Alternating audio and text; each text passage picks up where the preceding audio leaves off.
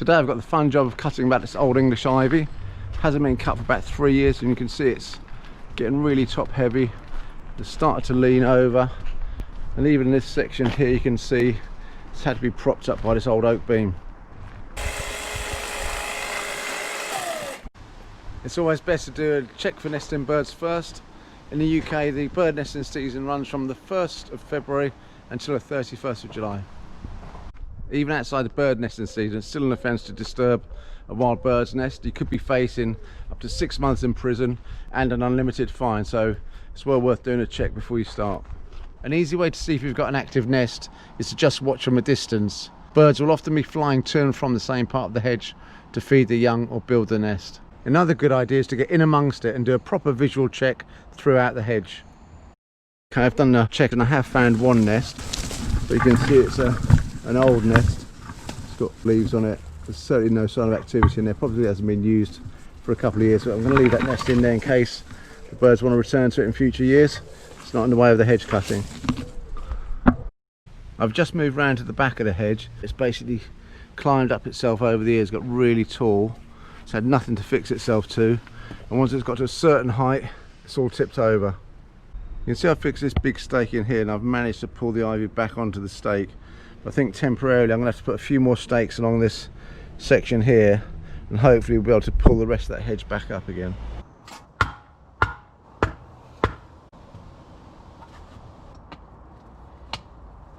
Before I try and fix this hedge with those stakes, I'm going to get some of this really heavy growth at the top off, just to make life a lot easier.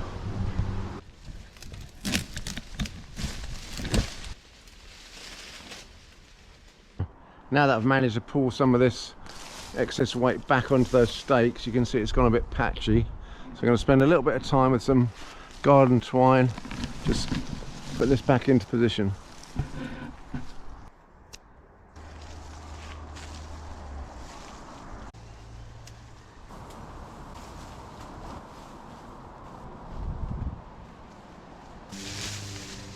Next year, once the hedge starts growing again, it's going to form its regular shape. It's going to match the rest of the hedge. You can see from this ivy bush, which has been allowed to grow naturally, it wants to form a circular shape. Our section of hedging, which has been pulled back, will soon grow outwards to fill the spaces that can be easily shaped to match the hedge. The great thing about ivy is it's really forgiving, so if you give it a really harsh cut back, you're not going to come across any brown spots that won't regenerate. You'll find the leaves go right through. Even where they're covered up, they're still growing new leaves. On this section here, the hedge is about 3 foot thick. And if you lift it up inside, you can see there's new growth all the way through it. Ideally, when you're hedge cutting, you'll have either a petrol or a cordless hedge trimmer. They're both quite expensive. They probably cost you about 600 quid. You probably end up with one of these, which is a plug-in electric hedge trimmer. When you're using it, you've got to be careful not to go back on yourself. So if you're going backwards, you'll soon find that you're almost cutting through your wire. You want to be cutting forwards so the wire's always behind you.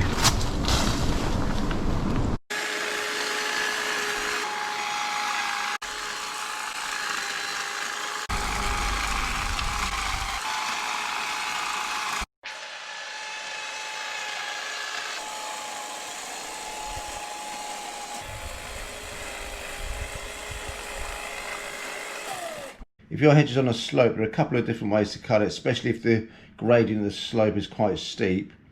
You might decide to cut it directly level with the horizon, which might look fine to begin with, but as you can see, the difference in height between the first bit of hedging and the last bit of hedging can be quite considerable. Most people choose to have an even height of the hedge all the way down the slope, which is a much more natural look. I'm going to go for a finished height of about 2.2 metres on the hedge. So I've got this old batten here. I'm going to cut it to 2.2 metres. Just give me an easy gauge for the height of the hedge when I'm up a ladder. Because this hedge has been unmanaged for a few years, I'm not just going to hack into it with a set of hedge trimmers, so I end up with loads of bare patches. I'm just going to probably take 2 or 3 passes, take a few inches off every time, just so I get it roughly the right shape before I can do all the final trims. Okay, I'm just about ready to make a start, and the first thing I'm going to do, trim back this overhang, try and straighten the hedge up a bit. The hedge has been unmanaged for a few years. I'm not just going to hack into it with a set of hedge trimmers, so I end up with loads of bare patches. I'm just going to probably take 2 or 3 passes, take a few inches off every time, just so I get it roughly the right shape before I can do all the final trims. Okay, I'm just about ready to make a start, and the first thing I'm going to do, trim back this overhang, try and straighten the hedge up a bit.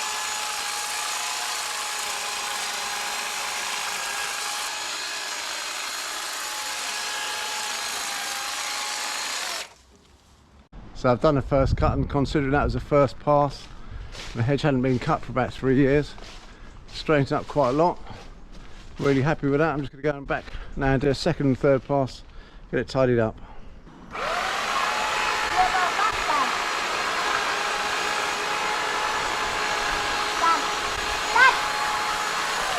Dad, what about that? Oh yeah, I've got to finish up tomorrow.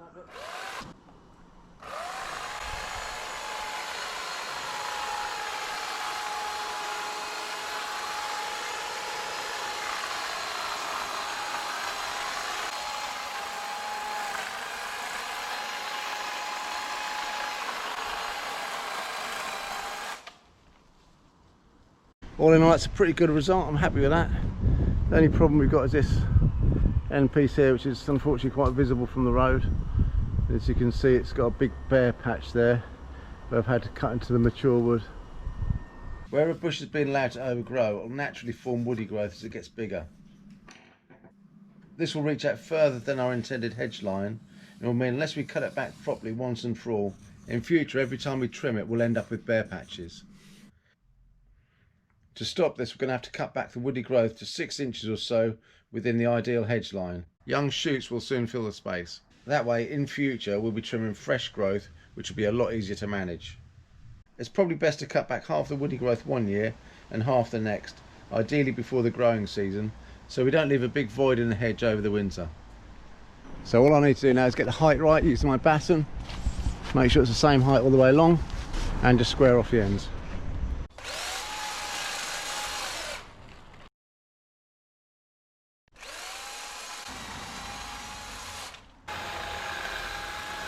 If you want to see how you can get rid of dead patches in any sort of hedge, click the link on the screen now.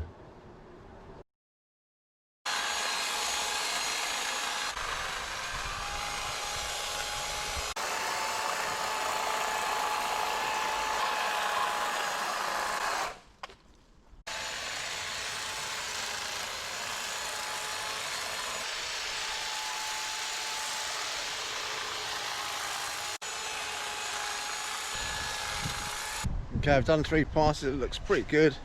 So you do one more pass now, finish off getting all these little stragglers off, and the hedge should be done.